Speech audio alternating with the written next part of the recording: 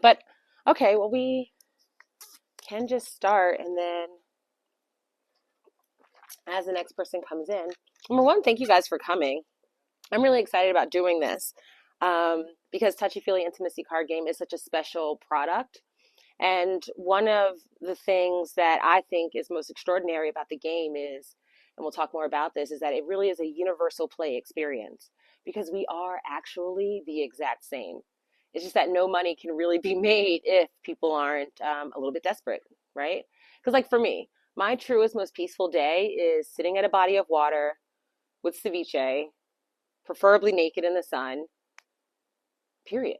There's very little consumerism that's attached to that, right? So if we all have a bit of a struggle, well, now we need other things like clothes and makeup and like all of these additives that make us feel more important or more whole.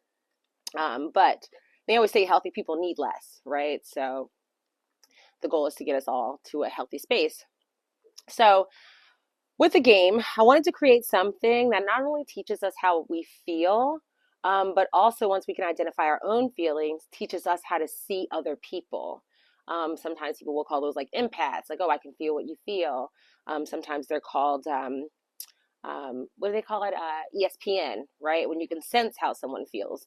But I wanted to be able to give that type of understanding to everyone so we can really feel empowered with the decisions that we're making, even if the relationship turns negative. Um, so some of the touchy-feely benefits, I always like to write it out, and I'm sorry the screen is so big. We normally like to do it bigger, but number one, it's the first talk and touch game with a universal play model. So what does that mean? It means that there are two forms of communication that are absolutely vital when it comes to the romantic love, right? Talking, but then touching, right? But now let's remove the romantic part. When it comes to parental love, talking and touching. I've never seen a parent who truly cares for their kid go, you'll be all right, and not come to them, right? Not embrace them, things like that. Even when it comes to business deals, right? You do the deal, like you talk about the deal, and then you shake hands, right? There's always a talk and there's always a touching. So that's why it was important that both those lines of communication be available. But of course, it's amazing how many people are very nervous as soon as they hear the word touch. Honestly, people are nervous when they hear the word talking too, but that's even a different thing. So in universal play experience, what does that mean?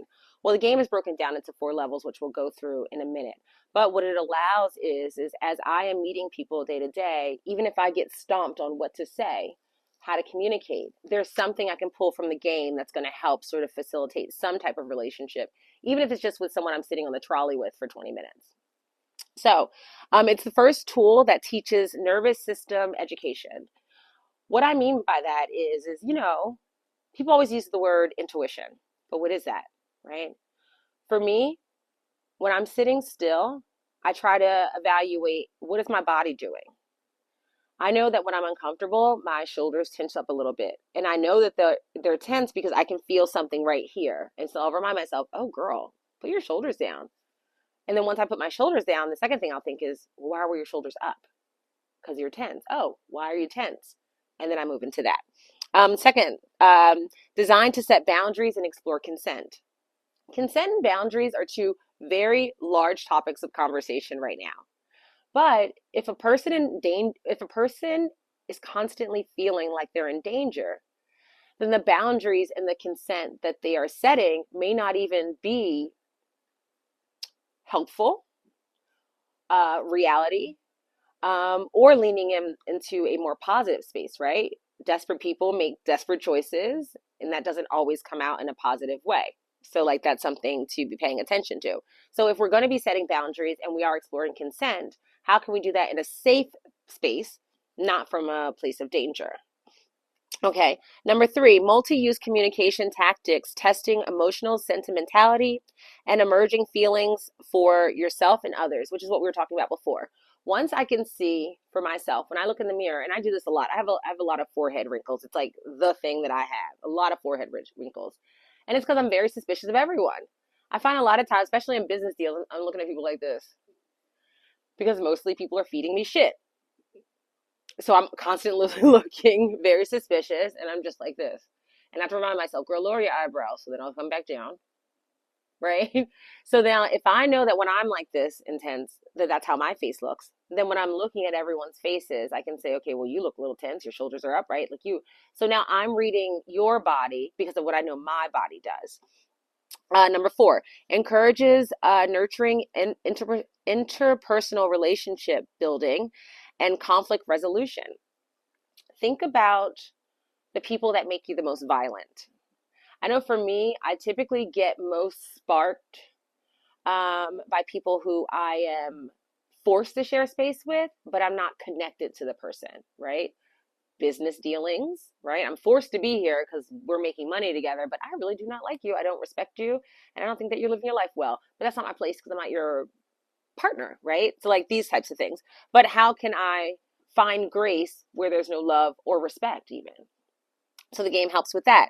Number six, heals loneliness by bridging communication. A lot of times we can get into our own heads and we can decide that we are lonely. We are alone, which is a very terrifying place to be because we can convince ourselves of anything. When it comes to the game, what this does is it helps take the responsibility off of you to create the reality and encourages you to go ask a question. Because I know for me, even, I get my feelings hurt a lot. I like to say I'm either a bully or a brat, depending on the day, right? Like brats are, these little babies that don't have that much power except the emotional power that they hold over you. Bullies are these great powers that make you feel um, lesser than. But in either way, it's really just emotional struggle that you're trying to deal with. So when it comes to loneliness and wanting to communicate, talking to someone is the best way to heal loneliness, right? As soon as I communicate with you, I'm realizing number one, we have something in common that sort of helps to eliminate loneliness a little bit. And then two, as soon as I speak to Stephen, I'll realize that whatever I'm thinking about Stephen may or may not be true. Well, now it takes the burden off of me to even guess about Stephen anymore. And now that we're just basically having dialogue, whether I like Stephen or not, at least now there's no more loneliness because there's communication. And last, uh, by playing the game, you also become a bit more clear about your interpersonal perspective, right? I know for me sometimes, and I've just mentioned this, we create our own narration of what is.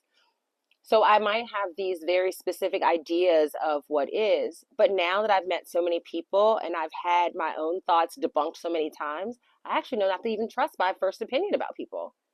Because I don't know shit. I'm just a little judgy. Okay, great.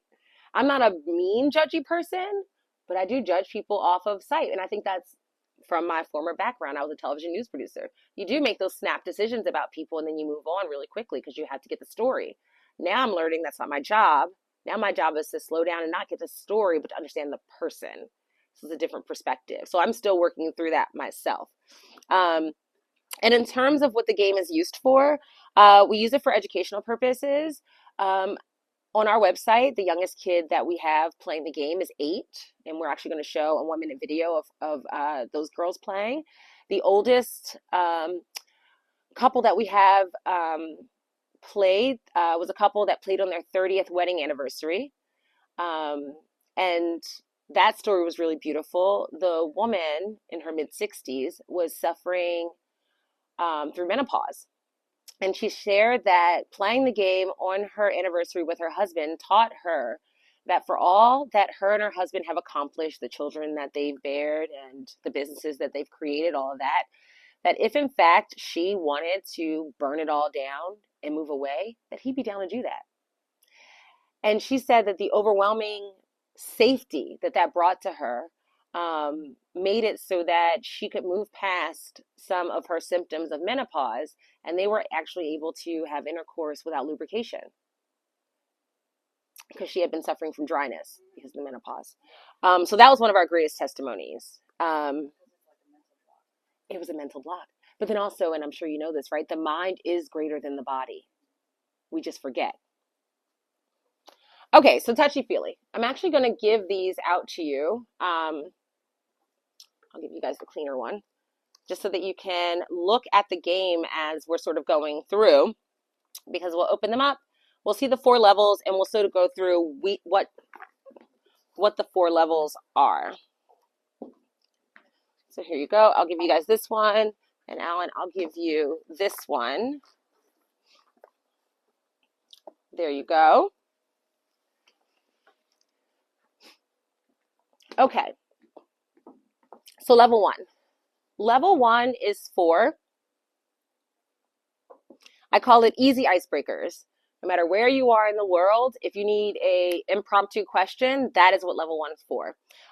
It's for strangers, get to know you, first date, group experiences. Obviously, you two just met Alan, and Alan just met the two of you, right? So these are the things that you can use for children's education, right? The thing that's interesting about children is even before you're teaching them about romantic sentiment, you just as a parent want to make sure that you are giving them enough guidance on what love is. And even if you think you're already doing that, this game also allows for you to fact check that, right? Because the thing about children is if they're being raised in their most authentic way, and it's all based in love, right? It's either, hey, do this because this is the right way, or I have to beat the hell out of you because that's the love lesson, right? Like, but it all comes from love, right? When you have a moment, just trying to connect to someone. One of my favorite questions in the game, and it's actually the question I have here for level one, is what scent or smell brings you happiness? Your five senses are your connection between your external and your internal experience, and they say the smell is the strongest. I've never had a person be asked this question who didn't think about it and then start to smile, even before they start to recite the answer. Because typically, whatever that smell is, it takes you back to some place that is just so beautiful that it just creates that. One of the best answers I got was there was a woman, she's in her mid 70s, and I was talking to her about hopefully putting the game in her store. And when she got asked the question, she thought, and then she started smiling, and then she said juicy fruit. Because juicy fruit gum, remember that gum? Because when she was a child, her grandmother used to sneak it to her when she was good. And so that is what she attaches that to. So it was like such a beautiful moment. Level two you have in your hands. Level two is notable understanding. I like to call level two's deck compassion-based therapy. How to find grace where there's no love and maybe no respect, right? So where do we see these people? In-laws, exes, co-parenters, co-workers, roommates, typically people who you are trapped sharing the world with, but you did not ask for them, right? Those are typically the people that fire us up the most. Even like we mentioned, I take public transportation. I see some people every single day on the trolley. And it's weird how because I'm used to seeing them, even though they're not in my life, I sometimes, especially when I'm in the mood, will get more bothered by them than like the strangers who I've never seen before. I don't know. But again, like I said, I can be a little moody, right? So in level two, we're really asking, okay, what is it that I need to know about you so that I can find some commonality or grace, right? So on the commonality part, here's a question. What qualities make me special to you? What is it that draws you to me? Because we are in each other's lives. So what do you respect about me? I don't know if I have any respect for you, right? And then sometimes in having that question answered, I'll say, oh, well, you don't even have anything about me that you like. And I really don't like you. So now we have to actually just set a base level of respect. So now that is the work. It's not about do I like you or do I not? We don't have anything, right? So that's how we look at it. When it comes to coworkers, what qualities make me special to you? Not in a romantic way, right? But as we have to spend this 40 hours together, what do we value about each other? And if there's nothing, well, there is something, and we have work to do. Level three, conveyed fondness. People who, yes, maybe you love, but the trust is not present. In shorter term relationships, new business relationships, new boyfriends, new girlfriends, new people you love so much, but the trust is implied. It's not established, right? I always like to say any relationship under about 4 years, the trust is implied. We assume it's going to work out, but we don't fully know because there's not been enough time to be able to say that. But then on the other hand, when you're 17 years in, right, in a longer term relationship, we're talking about violation of trust, right? People can only love you and hurt you. Those are like the two things. And then everything else is about just spinning the wheel beyond that. So for those two things where trust is not present, how can we get there? And so level three question that we have here, name one goal you'd like to reach together, right? So like that's sort of giving the implied love. I do love you. I do want to do something with you. But how can we get there? And then level 4. Level 4 is loyal admiration. People you love and trust implicitly. Of course, this could be your long-term partners, but also your childhood best friend, maybe your parents, maybe your children if they're adult children. These are people you love and trust implicitly. You don't lie to, and you know they don't lie to you. So you have that safety within the relationship to really be able to be free and say whatever it is that you like. And then level 4, one question is list 3 characteristics of mine you find most alluring. And actually, in the next slide, we are going to watch 2 different sets of people play the game so you can get an idea of some of the different varieties in which you can play. So forgive me, I'm hoping that this is going to be loud enough. But we're going to start with, this is an 8 and 10-year-old girl playing touchy-feely. And the question that the 10-year-old gets is actually quite hilarious. Let's see. So, Harper, do you want to go first? Yes, queen. I pick a card. Say yes, queen. How easy is it for you to... That's a great question for the 2 of you. How easy is it for you to apologize or make amends? You know what amends means? No. It means make it right. How easy is it for you to apologize? It is very hard. I will start crying and everything. Sometimes I will run out the room. Yeah, you will, girl. So, yeah, it's really hard. Like, if it's somebody else's fault, do you owe an apology? No. If it's somebody's fault, no, I don't. But if it's my fault, yes, I owe an apology, but I won't say it until, like, 1 month. What if it's someone else's fault, but it's your responsibility? I won't apologize. All right, that was a good one. So, right, 10 years old. Those are my nieces, by the way. 10 years old. How are you? Hello. What's your name? Michael, nice to meet you. Michael, I'm always late. You want to come up closer to us? Sure. Yeah? Come on up. What's your relationship status, Michael? Complicated. We're not laughing at you. No, we're laughing at, I said that when I ask people, it's the number 1 answer I get is it's complicated. Oh, yeah? Yeah. Oh, we're in good company then. Yes, yeah. So, yes, yeah, I'm telling you. We were just sort of watching some videos of touchy-feely intimacy card game, and we'll catch you up right after we watch the second video. So we're just talking about some of the universal properties of the game, and we just watched 2 children play level 1 of the game, which is sort of like open dialogue for strangers, children, group activity. We'll start with level 1, but I honestly feel like we'll end up getting to level 3 pretty quickly. I mean, that's just kind of what Velvet Whip is about. It's people who already kind of are a bit more experimental and adventurous, especially with their emotions. So I feel like we can probably get to a higher level really quickly. So with this second video, this is a couple that's going to do level 2. When I recorded them, I did not know what their relationship status was. But then I watched this, I put this clip together and I ended up reaching back out to both of them because I was a little confused. So I'm actually I'm going to have you watch the video, and then I'd like for you all to tell me if you can guess what their relationship is based on the play. And this one's about 3 minutes long. Wait, what level do you want to be? I don't know. 1, 2, 3. What do you desire most about you? Ooh, what do I desire most about you? Mm-hmm. The desire is an interesting word to use, I feel like. But pretty self-explanatory. No, I understand what the word is, but I'm like, desire about you. It's like, okay, I'll go with this one because this is where I was going anyway. I am really attracted to people who are comfortable with who they are and are also adaptable and flexible and just understanding of people, situations, places, spaces. And I feel like that's the kind of person that you are.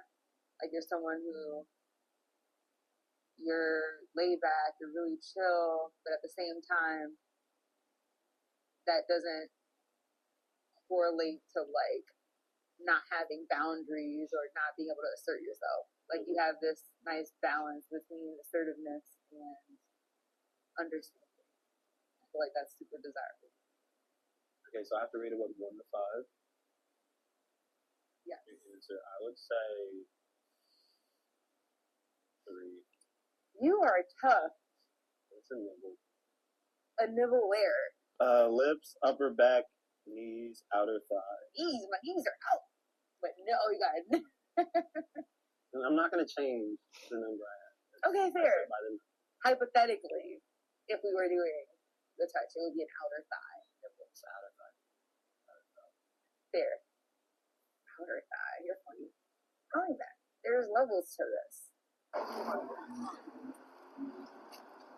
Okay. So you can probably sense like the soft rejection, right? Do you have any ideas of what their relationship must be? I think that they just met within the last month or so. Okay. You don't have to guess. Does anyone else want X's? Okay. Yeah, it felt like she was trying to let him down gently, like she liked his qualities, but there wasn't chemistry. Yeah. I guess they're divorced. Do you want to guess before? I'll guess, and I'm going to go out on a limb, and as they were talking about not doing the feely part, I'm going to say they were related. Oh, that's a good guess also. Michael was right. So they're friends. AJ would like to date Mariah. But as we found out on camera, Mariah is not interested. And so she was trying to find a way to let him down gently. And Mariah talks about this a lot. Men sometimes misunderstand her hospitality and her warmth for flirting and attraction. And so even if you notice, I'm going to mute it this time and just play it one more time. But even if you notice, even just her body language, she starts to slowly move more and more away from him once she once she starts to realize, okay, right? She's really just trying to assert, and even like I was trying to keep her on camera, and everything about her, she still stayed warm in her words, but her body language just became further and further pulled apart. But yes, then she found a very calm and sweet way to just sort of like end it. But yeah. Is it going that you devised, or is it on Amazon, or maybe I missed that background of the game? Oh, sure. So I did create the game. I created it about 3 years ago. And it's on Amazon right now. We do have it on sale on our website. And it's a universal play game. So with 4 levels in the box, you can play with anyone. They have some games over here.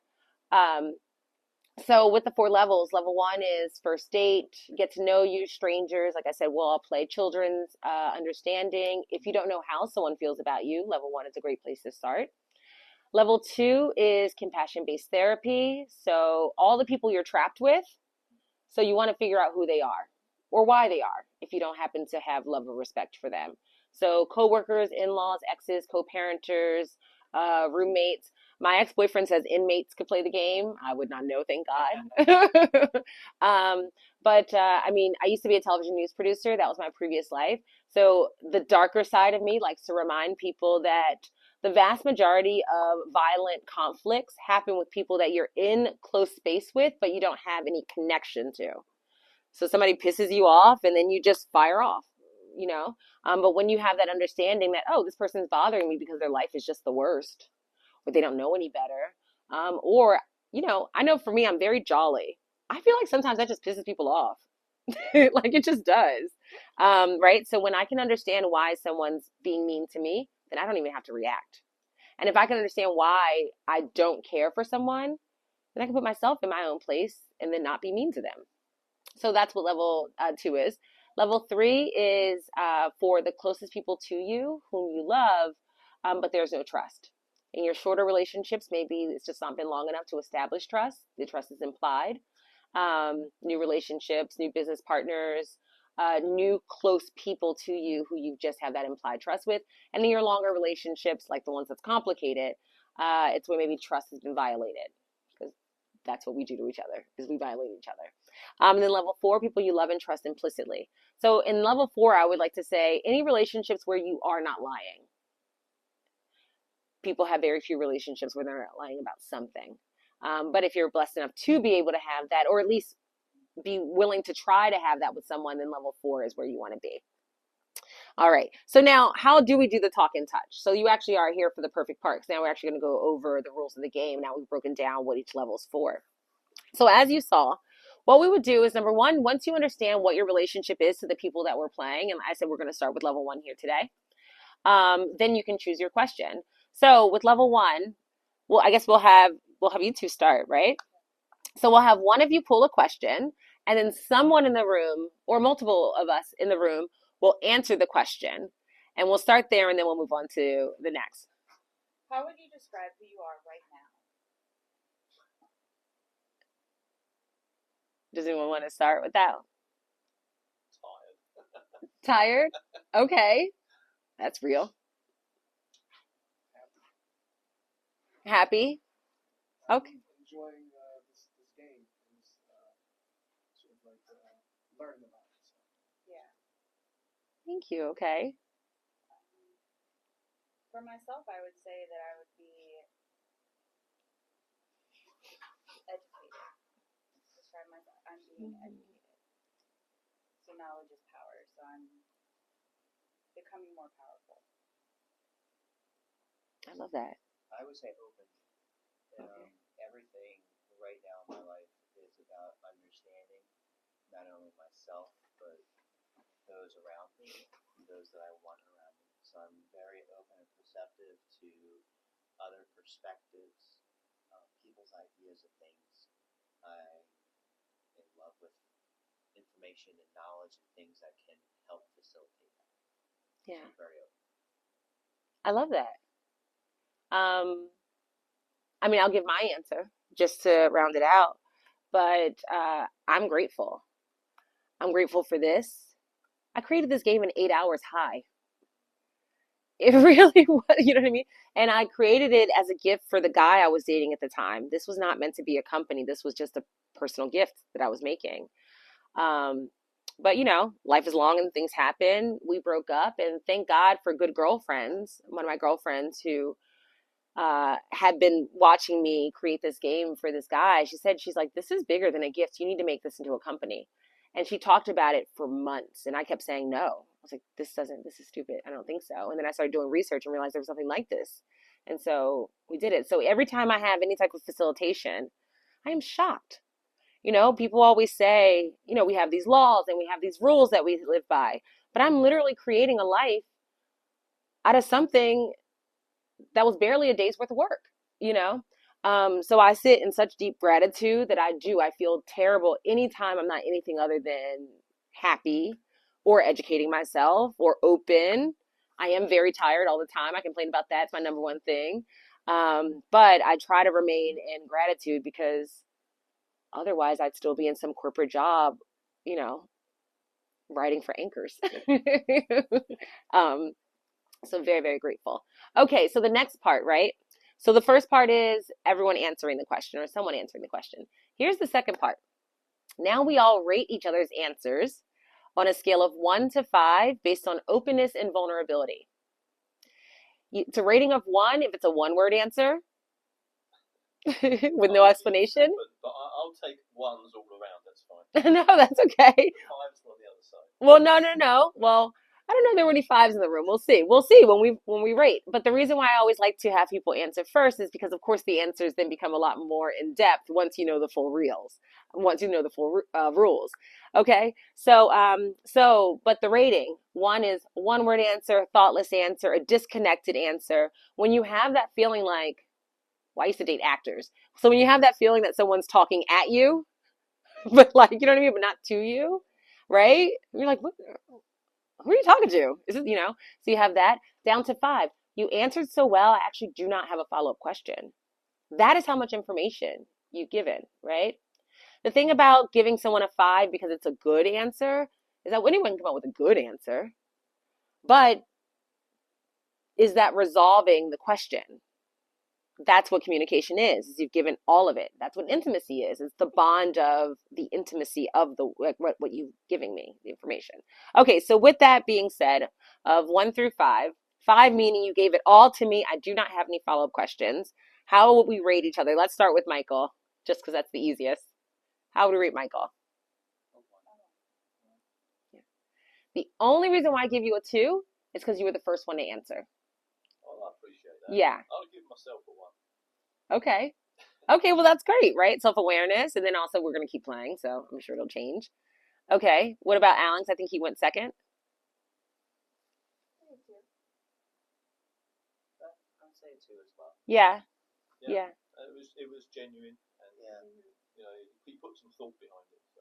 yeah, There was engagement. Yeah. I felt. yeah. Yeah, I say 2 too. I kind of lean toward a 3, but I do think it was a 2. But like a lovely 2, like a strong 2. Are you allowed to half the game, or You know what? A 2.5. You can kind of do whatever you want. I like to say it's the Uno of intimacy because the rules do shift based on what the relationship is and how comfortable everybody is. So yeah, you can give them a half a point too. So 2.5, 2 plus. Okay, and then Steve, no, which one of you went? No, then you. Okay, yeah. So yeah, I would say a 2. I'll say a 3. Thank you. I would have gone 3. I thought it was a little bit more in that answer. yeah, Maybe 3.5 even, because it was just some context. It was something. So 3.5. yeah. I was gonna lean toward 4 and go. It might be a little too much, and I might be biased because you're a woman. But I think 3.5 might be closer to how I feel because number one, I've never heard anyone respond with education as the forefront. May I give background to that? Of course. So, in my 9 to 5, I am an educator. So, I teach early childhood development and the psychosis around that. So, I look at education and knowledge as a very powerful substance. Like, I'm the type of person that nerds out on a documentary.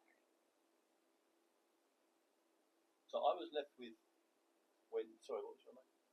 Alan. So when Alan kind of he made a statement, and I mean that left a lot open, but I kind of was but he's happy. I think with your what was your name? Cedrina. Cedrina. When you gave your answer, my immediate thought was, are you feeling educated because of what we're doing right now with this, or is that a general kind of this is how I feel about life at the moment? I think right now in life, because there's so much that is going on that I am having to adjust my perspective of understanding and opening up to, that I am still learning the world that I am in. So this is making me question myself, so I'm learning more about myself. So, but because it has questions, I would definitely say a 3. I would rate myself a 3. I give you a 3. Okay. All right. So for Steven. I give you a 3. I go 4. 4. I was going to go 4.5. I thought not only did he say how he was feeling, his kind of emotion, but he gave he defended it, put context in there about that, and I think not knowing that he was going to get marked sort of put people from 4 to 4.5. I'd be interested as a follow-up question to say, kind of, just there's lots of thoughts around how did you get there, so yeah, I liked it. Mm-hmm. Yeah, I was gonna give you a 5. The same as I gave you an extra point because you started it off without knowing at all really what we're doing. I actually thought, considering you didn't know that you were going to get rated, I feel like you gave the most of an answer and the most of an understanding about why you felt that way. And I actually feel like even at the end, you trailed on a little bit and then you sort of stopped yourself. Yeah. And I have a tendency to sometimes be a little long-winded. I'm an over-explainer with a lot of things, but through that, I muddle through my own thoughts, and it brings some other clarity, not only to, I think the context of the conversation, who I'm having with, but also to myself. To hear me say it, it's my own interpretation that I'm evolving through as well in the motions of the conversation. Yeah. I'm that way also. Yeah. But that's why I gave you a 5, because I felt like at the end, I felt like you stopped because you felt like you had fully explained it. Yeah, yeah. So here's what I am interested in. I'm interested in knowing why you gave her a 2, because you know her the best. They're together. They're married 17 years. I felt it was a timid answer. I felt that knowing her, there's a lot more, and she did hold back. Okay. I don't know for what reason why, but yeah, I felt that she held back in her answer. Yeah. And she agreed because you were going to give yourself a 3. And also, let's be real, it's the first time you crack the game open and we're all a bunch of strangers. So, like, there's a lot of grace for sure in the first level, which I mean, in the first round, which is why I like to do level 1, is because the questions are the most innocent. And it sort of allows us to shake off the nerves. Okay. So now we'll do one more question in level 1 now that we fully understand the how to play the game. And we'll bridge into the touch in a second, but I think right now it's just most important to like be able to figure out just the talking portion of it, if that's okay with you guys. Okay. Alan, you want to pull a level 1? Yeah, Thank you. absolutely. This is the first one, and we talked about it a little bit, but what scent or smell brings you happiness?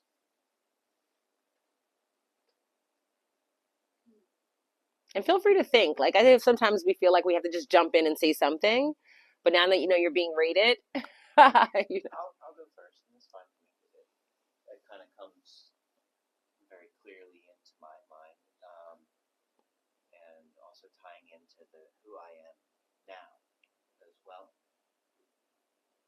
even if that's non-relevant. Her smell, Mm. the smell of her hair. I have a thing. I sniff her head, and it's my happy smell. It's my happy place. It's what just kind of calms me, and you know how you experience something and it gives you just this sensation of either warmth or comfort in your body, and that's what that smell does for me. Mm-hmm.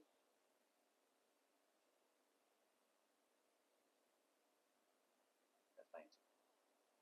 I love that. It's hard to top that. It's not, and there's no And topping. not even No, there's no not topping. even topping that, but just Well, can you receive it? Let me ask that. yes, because I do know that is something where even one of our children the other day asked, "Why are you sniffing, Mom?" And his response was, "Because I just love to." Like that was, yeah. But I would have to say that it's different to realize that our smells are completely different. So yours is more of like, I feel like an emotional reaction to me that makes you happy, and it is my smell. Whereas a smell that makes me feel happy and just peaceful would be like the smell of a kitchen being like just with lots of food smells and like that gathering smell. When we bought our house, that was the smell that I came in and I was like, this smells like my grandmother's. And that's why I wanted the house. Because it was that nurturing, just homely smell.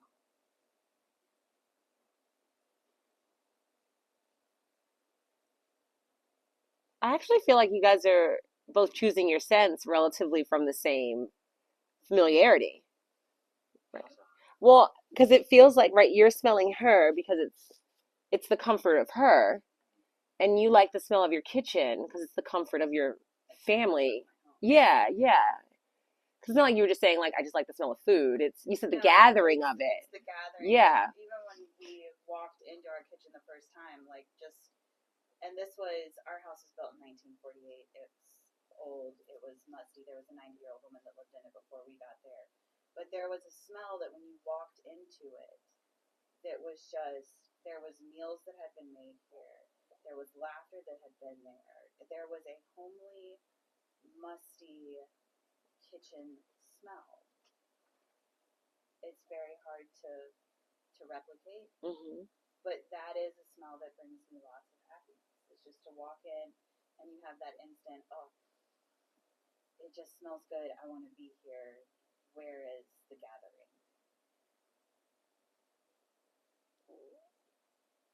I identify. I know what you're saying. Yeah. Yeah. I actually know But what both you're saying. It Yeah. is a very hard smell to replicate. Like, you can't walk into a store and be like, give me the smell of grandma's kitchen. Yeah. It's not going to be the same. Yeah. But it would be. It would be the smell of, like, essentially grandma's kitchen. Yeah. It's beautiful. Depends how good your grandma was. Not gonna lie, That's she was a Southern cook at heart, and she could cook some stuff, man. Okay. One of you guys? Never any pressure.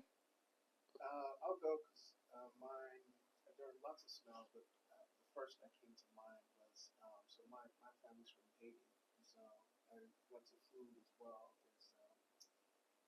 There's what you would call in different cultures street food, so like fried plantains, deep fried and seasoned pork, and other fried foods that was my mom often cooked when we were having relatives and family over, but it was also if you went to a Haitian wedding, communion, it was very like grew up in a very Christian upbringing. That's why I did listen to hip hop. But that food, it was always a celebration. When there was a celebration, that food was there. So those are memories of good times. So that was the first thing that came up. Yeah. What was the favorite fried food? Guyo. Okay. It's like it's like overnight marinated pork shoulder that's deep fried. Yeah, Haitian food is good, but it's a long process to cook. Yeah. It's made with love and a lot of time. Yeah. Yes. Yeah. That'd be good, yeah. Well, I'm going to continue on the food and multi-dimensional theme with the smell. The first thing that came to mind for me was toast. There's a couple of reasons. One is I like the smell of it when I'm cooking it, or if I wake up and I smell someone else is cooking it. It's just breakfast, morning. It's my favourite meal of the day. Just smells good, buttery, all these things on it. But it's just simple. And you may have heard of a chef called Nigel Slater in England. He wrote a whole book, his autobiography was called Toast, because of all the things he ever made. And the books he published, toast was the central point for him of comfort and just simple food. So toast is a big one for me. The reason I'm tired is I've just got back from England, and the other smell, went to my mother, and she lives in the countryside, and there's a certain smell in the fields, the animals, and just you know that you're home. And I went with my daughter, and just being in that countryside environment with toast, and then I'll pick up on your hair thing, because my daughter was with me, she's 5, and just she falls asleep on me, and just don't complain about her, because she smells, most of the time she smells great. So those were the toast, English countryside, and my daughter's hair. I love that. All right, I'm going to come from a more predatorial point of view with the question. Because I hear the same question so many times. And recently I was thinking about this, again in the shower. I do a lot of thinking in the shower or the bath. But I really like the smell of fear. Specifically when we're doing facilitations, it's amazing to see how quickly people crumble when we have to talk about relationships, right? Sometimes I'm in the room with very wealthy people, very successful people, people whose self-esteems or confidences are deeply rooted, but everyone has a struggle in communication and in their personal lives. And so since that is now the basis of what we're talking about, not only does it create an even playing field, but it does typically put me in the power position since I'm the facilitator. And I do find a little bit of pleasure. It's very deviant of me, but I do find a little bit of pleasure out of picking on the ones who I can see are the most terrified to play. Because they're the ones who need the most help. They may not know it, but anyone who's willing to is already in a better position than someone who's hiding, or worse, don't think they need anything at all. So the smell of fear is my most favorite thing. And I keep a smile on my face. I try to greet everybody when they come in. I try to talk to everybody before we ever start a facilitation. But my greatest reason for doing that is I'm trying to pick out, okay, who are the ones that are going to hide from me so that I can shine the spotlight on them. That's why when you sat in the back, I was like, well, come on in the front. But then you were so happy and welcome to come to the front. I was like, okay, he's fine. What does fear smell like? And does your fear smell different to other people's fear? Men's fear, women's fear? That's a great question. I think it depends on the environment. Romantically, when it comes to men, it looks like well, I guess, right. It's the smell is not in what I'm whiffing in, I guess, right, in terms of that way. But it's so bizarre. I hope you guys can follow me when I say this. But recently, last week, I was at a cigar lounge, and I was having conversations with a man that I've met 3 times previously. The first 2 times we were in the room together, I said hello to him because we have mutual people in common, but that's it. I said hello. I went to go handle my own business. The third time, the first 2 times, the third time he said to me, everyone says that you're so lovely, but I thought you were stuck up because you don't speak to me. And I said, oh, okay, that's interesting. I feel like I do speak to you. I say hello, but if you'd like to have a conversation, I'm happy to do that. So we had a very short conversation the third time I met him. Last week was the 4th time I saw him. We were in company with other people that we knew in a very large space that was public. And so I tried to be very aware that he wants attention from me. That's the only reason why a man would ever call a woman stuck up. You want attention from me. That's fine. So I made it my point to go up to this man and dote on him. I told him how handsome he looked. I tried to engage deeply in conversation. I could see his coyness, and I could see him pulling into himself a little bit as I'm showing him this attention. And yeah, I do place that under fear, not knowing what to do with all this attention that you did say you wanted, right? And then after the fact, it was brought to me that he said I was flirting with him, and he doesn't know where that came from. I was not flirting with that man. It was like an internal power struggle with himself. Right. This is a man who does not know emotional connectivity. And he likely doesn't have great relationships with women, right? It's probably that he knows sexual touch and no touch, sexual attention and no attention. And so he got no attention from me in his mind before, even though I was saying hello and being very hospitable before. But now that I'm over communicating with him and showing him, appreciation, now I want to sleep with him. You know what I mean? So I can't win no matter what. So even in that, to me, that is the fear. The fear is that because he doesn't understand gray spaces, right? Spaces where I can just adore you. Or I'm also, my birthday's on Tuesday. I'll be 41 years old. I think that one of the greatest responsibilities of my age is being able to give maternal energy, even if I'm not a parent. And I do think men need that. That's something that I'd like for all of you to get from me today. Obviously women as well, but I do think that we can always get that from each other. But men are very fearful of saying the wrong thing, saying something. And I feel like even the wrong thing is anything that's going to create way more conversation that you didn't really want. You know what I mean? So I think it's in that. It's in touching the point of a person that I can see that they're trying to hide. But then when I touch it and then you're required to say something, it's in your remarks that lets me know how deeply hurt you are. And that man thinking that I was flirting with him means he's very deeply hurt and deeply disconnected from what it means to truly have valuable relationships with women. And also likely because of the way he responded. Now I'm deep diving into a part that I can't confirm, but I would also say just based on that interaction that he's also probably a little homophobic. Because the other way I can tie it is that if he has issue with a beautiful woman just being able to appreciate him platonically, and then that means that his attention is always rooted in sexuality, then he also is going to be deeply disconnected from being too close to men because that's gay. You know what I mean? So it's all of that really quick work that then just made me go, oh, he's fearful. He's fearful of being connected to people because he doesn't know how it works. Does that make sense? But that is my joy. And then to me, that is the entire point of the game is, I mean, listen, on your best day, it's a date experience and you're just going through the questions because everyone is just giving fives and you're going to the touch part and, it's a great night.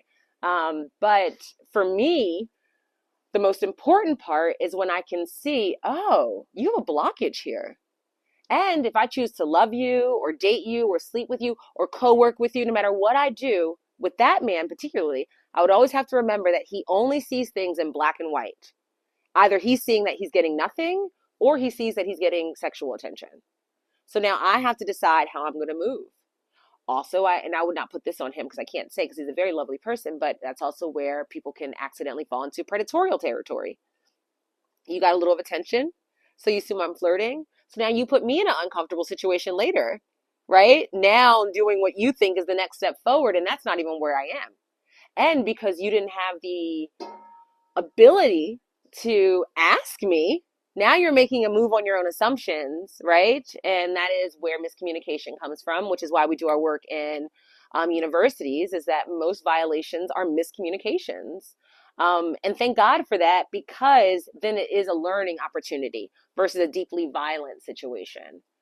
So that is really how I come to with all that. So anytime I can sense fear, smell fear, like they say sharks can sense and smell fear, those are the people I typically go after because lesser are the predators, people who understand sentimentality.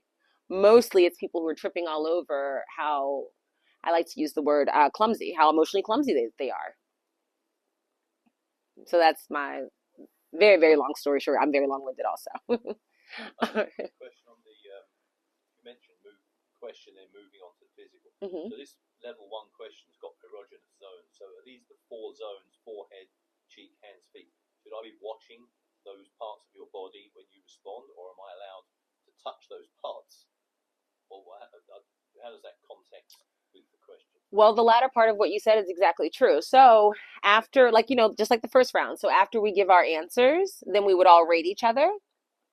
And then after we rate each other, we would look at this card, which you'll see just sticking up out of your box here. It's the emotional equation card. What that card is it bridges the talking to the touch. So that rating of 1 through 5 now converts to a touch.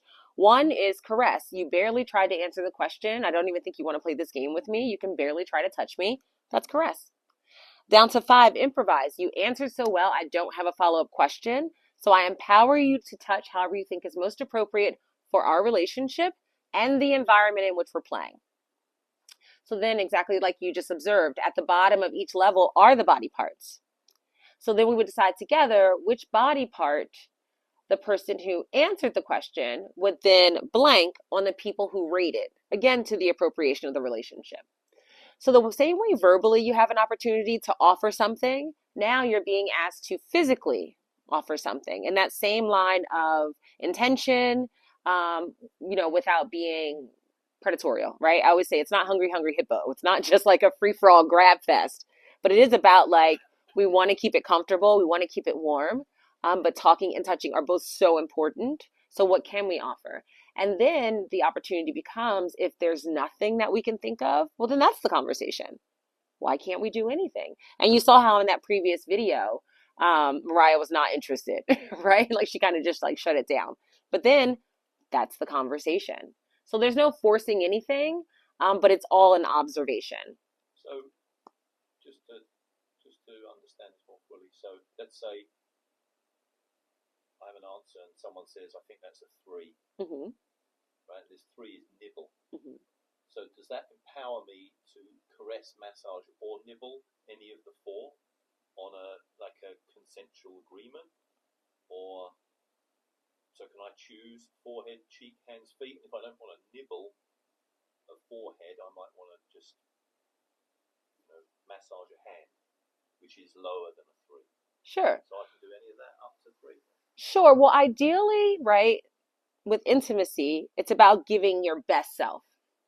So ideally, you would get a 5, right? 5 means improvise. 5 means that you can improvise, touch however you like on one of those 4 body parts that you choose. If you do end up with a 3, which is nibble, which can be very sexual in nature if you think about it. But you said you have a 5-year-old daughter, right? My niece, who you just saw in the video, was 10 in the video, but she's 11 now. The girl has the world's smallest boobs, but now thinks she's a woman. You know, she just think, you know, she's ready to move into womanhood. And so we were playing the game recently, and she gave me a 3, which is nibble, and I had to nibble her inner thigh.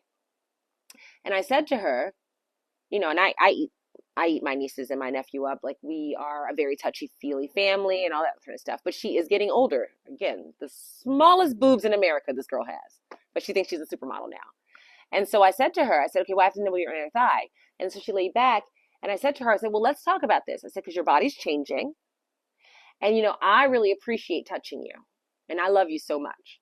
But there is going to be a point, probably really soon, because I was 12 when I had to have the conversation with my dad. I was like, really soon where you're going to want privacy over your body.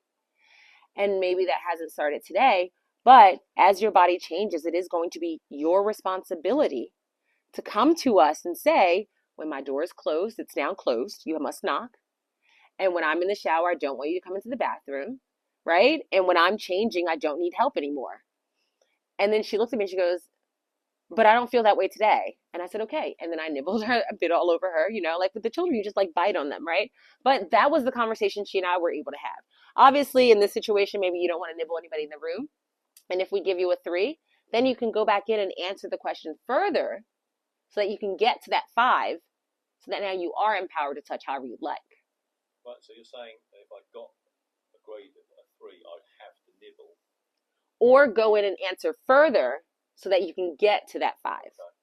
And then the parts are chosen by the other person? Well, that's where consent and boundaries come in. Right. We all have to decide together.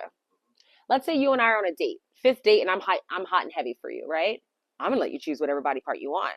I'm just going to like sort of starfish out and like wait for you to touch something, right? But in an activity like this, well, now we have to have a conversation about it, right? And then when you look at the level 1 body parts, forehead, cheek, hands, feet, right? Well, like, then it's just a process of elimination. Okay, let's say I don't want my face touched because we're strangers and most people don't want strangers touching their face. Well, that takes away the forehead and the cheek, right? Okay, well, that's eliminated. Now we just have hands and feet. Well, most of us have our feet covered up. Okay, well, that's just hands. So sometimes it's just a process of elimination. But again, that's when feeding off of someone's energy. What if I said to you, I want to touch your forehead, and I can see you go like this? Okay, well, maybe not forehead, right? So it's about reading each other and figuring out what does make each other most comfortable. But I think the most poignant point is to just say that if you are rated a 1, 2, 3, the goal is to mostly try to get back into that verbal question and give an answer that really will get you to the 5. Because you also don't want to leave the verbal part open-ended still. If someone's giving you a 2, they're telling you that they've not received enough. It is okay if you're dealing with someone who's, I like to call my exes emotionally mute, right? Somebody who struggles so deeply that they really do just need to get past the talking, and then maybe they find a bit more strength and power in the touch, and that's fine. But yes, it will be a nibble unless you otherwise want to go back into the question and just deep dive further. Does that make sense? Yeah. But then, yeah, with the body parts to touch, I mean, it really, that's why I say it plays like Uno, because then you really do have to decide. Do I decide on my own? Do you decide? Do we decide together? And then even in that, you know, I made the game so that the person who answered will do the touching on the people who rated. Because that is what you're doing, right? You verbally give an answer, and now I'm going to go around and touch you all.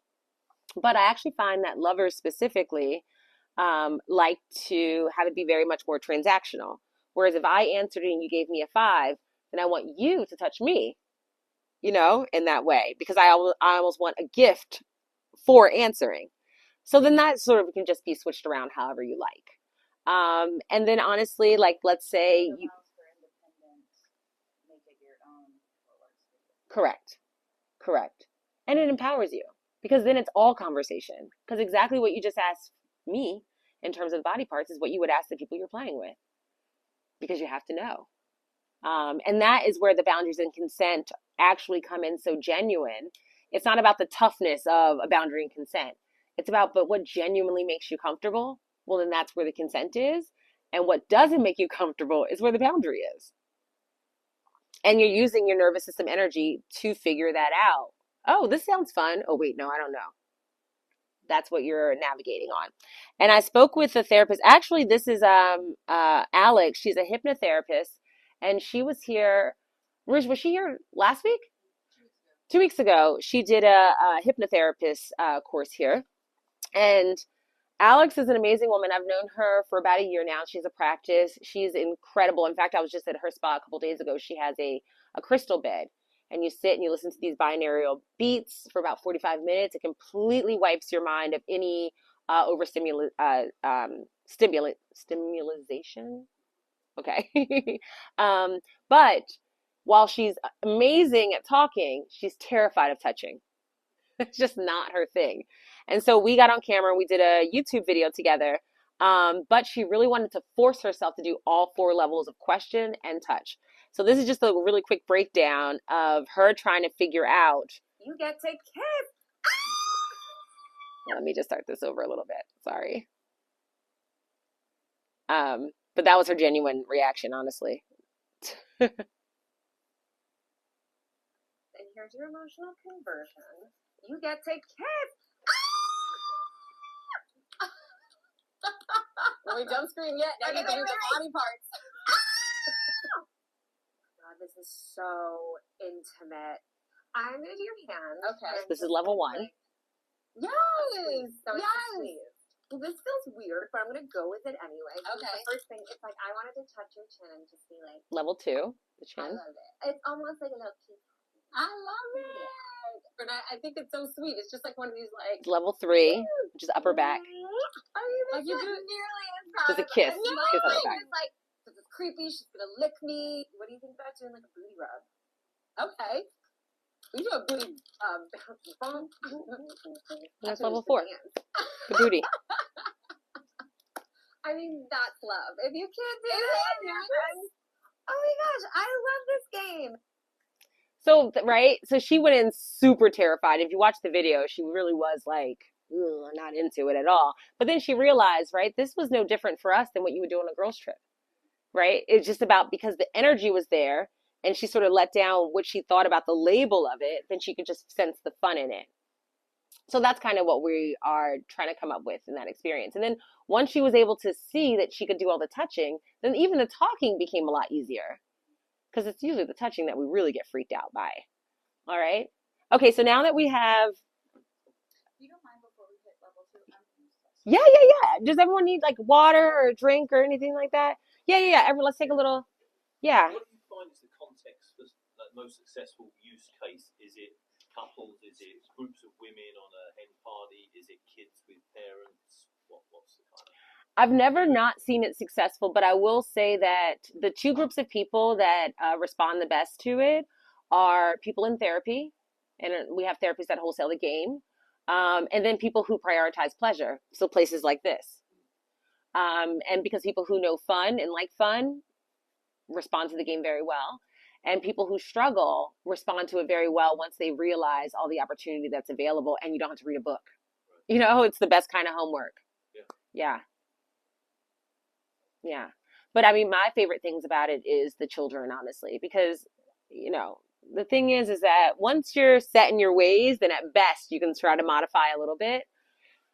But the younger we can get the kids to sort of understand who they are and what they like outside of what's a good touch or a bad touch, right? Then they can really sort of pay attention to what they're needing and then what they should be getting and then who should be giving it to them.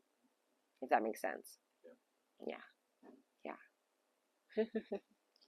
But I'm excited about doing level 2. I'm actually going to use the restroom also. Let me see if... Is this available or, you know, or... Oh, no, yeah, I have it.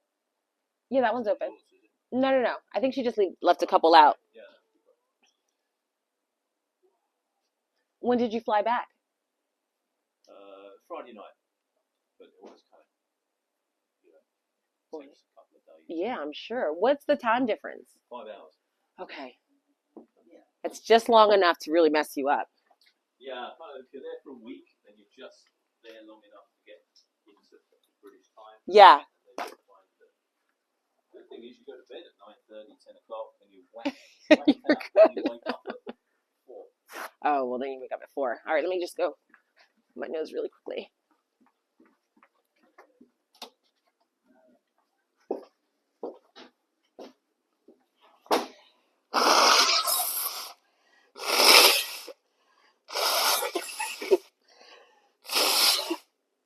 Mm.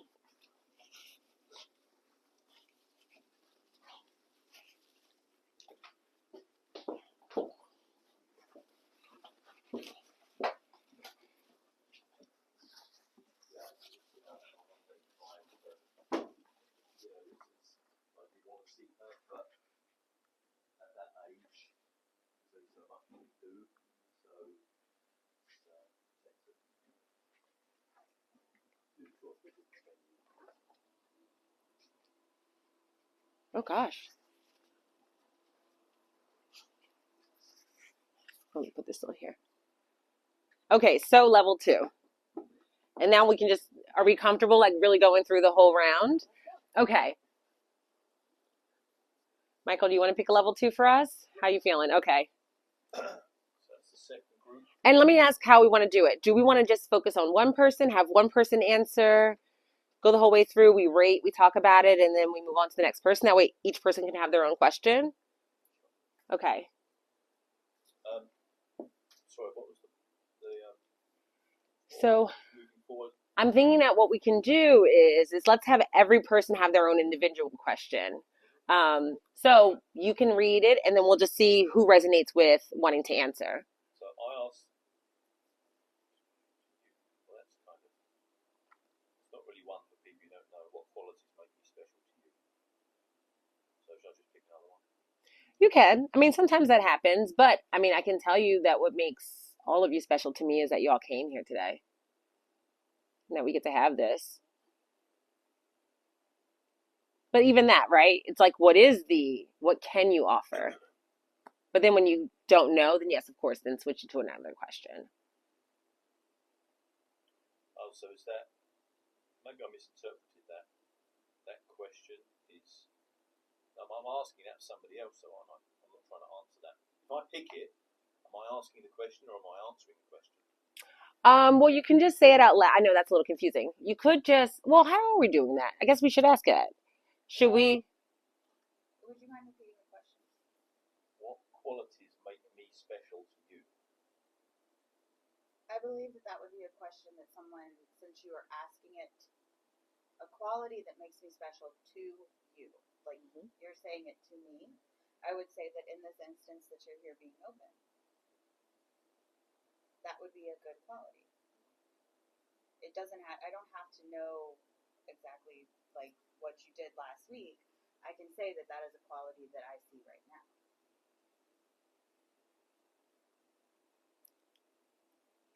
I rate you a 4 on that. And the only reason why it's not a 5 is because you just didn't fully express why his being here makes a difference. But that is exactly right. And that's why that kind of question is in level 2. It's because people do typically go, oh, but I don't know anybody here. But just by mere fact, if you do talk about this workshop, you will be identifying the 3 other people that were in the room with you. And this is special. So it really is just about that. Like, can you see it? Can you get there? And it was nice that you stepped in to be able to assert that. Yeah. Okay, but let's do a different one. So let's do this. I think it was a good answer, but the answer would be the same-ish. What is your first thought when it comes to our energy? So again, am I answering that or am I asking that? Yeah, let's have it. We'll have you answer it. Okay. Yeah. All right. So I'm going to talk about that when it says our energy as like a group here. So my first thought when it comes to our energy was positive. On the same vein that you said everyone's here to open-minded, to learn, to listen, to have fun. So I feel that I was in a safe space with like-minded people. I think we listened and spoke, and there wasn't judgment, and it's a nice mixed group. So that was my first thought about the energy, very positive.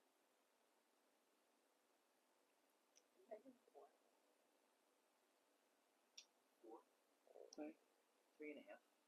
Okay. I give you a 5. We've only been together an hour and 15 minutes. Like, and it is very positive. I mean, that's the thing about Velvet Whip is I always feel like it's very non-judgmental. It's why I love being here. Is it always feels like a safe space. I feel like I spent a lot of time in the beginning of our facilitations trying to make sure that everyone does feel safe. But I feel like the safety is implied here and the positive energy is also. So I think that that's dead on for me. Okay. But you got 4s, you got a 3.5, and you got a 5. And this is 400% increase over last time. here you go.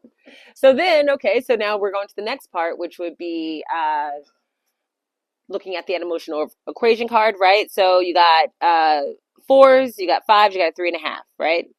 Let's say we average that out, that would be 4, which is kiss. Now, you have the ability to kiss one of those 4 body parts on the bottom of the card you read from. Oh, did the body parts change with the 2? Yes, chin. Ooh, I'm terrible. Chin, calves, neck, or shoulders. I like this game and the way it's presented. I might ask for a tiny bit more space to get the cards in. Okay, yeah, I feel that. That's a brand new deck too, so it's a little probably the cards are sticking. Chin, calves, neck, shoulder. Right? Yes. Okay, so you did say that. Okay, so then you can kiss one of those 4 parts. Yes. If you asking me to go and kiss everybody's. I'm telling you that is available as an option if you want to play the game, but I definitely cannot make you or tell you to do it. But if you need some help being able to creatively figure out how you would do that more comfortably and appropriately, when we say kiss, remember there's also air kisses, right? Like that's a kiss, right? Like so it's never about how you're thinking of it, but it's always about what can you offer. Perception, understanding, creativity. And then ultimately, if no matter what, kiss is just not going to be your jam, then you can say, I'd like to go back in and answer further so I can get to a 5, which would be improvised. And so now you can touch one of those 4 body parts, however you think is most appropriate. Yeah, no, I'm happy with landing where I land. But I like initially when you said blowing a kiss, I thought, well, is that a cop out? But it isn't. It's a flexible dimension of because the recipient might not want to get kissed, so then you can. But then it's still intimate, right? So I kind of feel like I ought to. This is just an Englishman. I feel like I ought to ask. Well, look, if I kissed you, would you want me to kiss you? And if I was happy to kiss you on the shoulder or the neck, like, would that be comfortable? That's kind of how I feel about it sitting here right now. Yeah. Maybe having to kiss 4 people. Yeah, I mean, I would say in any country you would be considered a gentleman if when you don't know people, you do ask, hey, are you comfortable? And that is what I love about the game, right? Because we do now know that you are a gentleman. Because even as you're processing through yourself, for sure. The chin feels weird. The calves are covered. The neck is like very erogenous. I mean, I think like that's extremely intimate. I personally would not want to be kissed on the neck by someone I didn't know. And so you're left with the shoulder. Mm-hmm.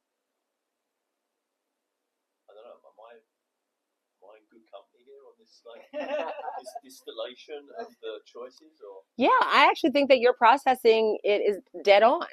Yeah, your process of elimination, the way you're thinking about it, the way you're talking about wanting to be able to ask for consent.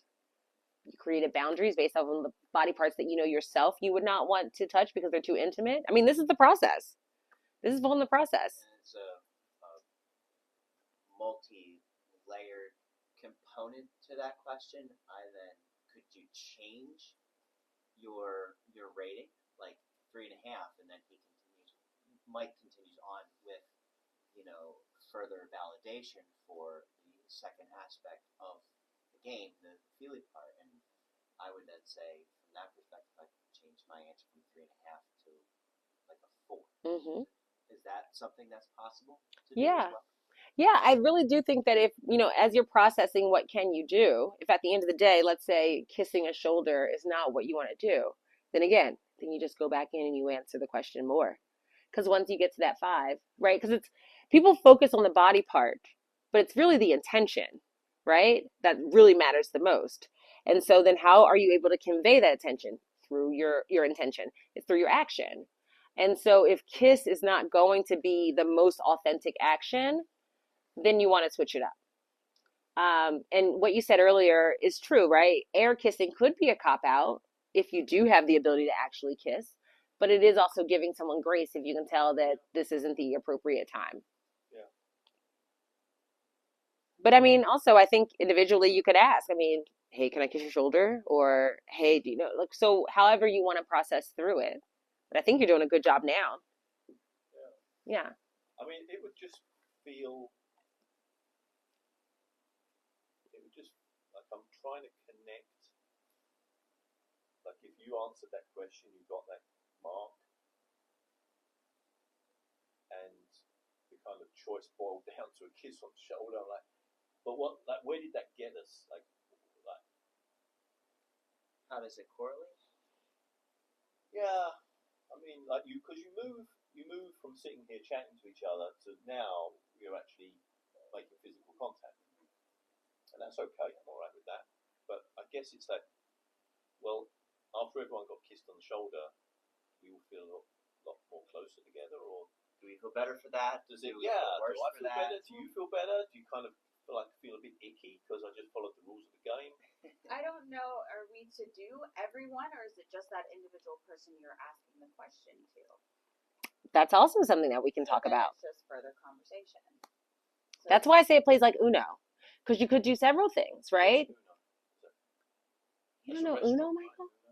Oh, it is a restaurant. That is so funny. It's also a card game that you match colors, and there's so many ways to play it. But the one rule is that when the person has one card left, you have to yell Uno. Oh, okay. So there's different interpretations, and one of the things about Uno is the very first thing you have to ask somebody when you play is how do you play the game, right? Because everyone has so many different rules. So that plays a lot like this, where there are so many different ways to do it, which is why it's so beautiful what you're saying out loud. You're going through the process out loud. When there's so many different ways, how can we make it fruitful? Which is essentially what you're asking now. Like, hey, if I kiss everybody, is it actually going to do something? Well, number one, you don't know unless you do it. But then even if you just can't get there in your own comfort, what can you get to? Like I gave you a 5, right? So you could choose to improvise on me. Stephen gave a 3.5. So you could choose to nibble or kiss, right? Wait, what did you give again? 4. And then these two gave you 4. So then you could kiss them, right? So you could do different iterations. You could just do one person. Again, that's up to your comfort and how you choose and then what you think. That conversation. And that, yeah. Yeah. So I'm still at this place where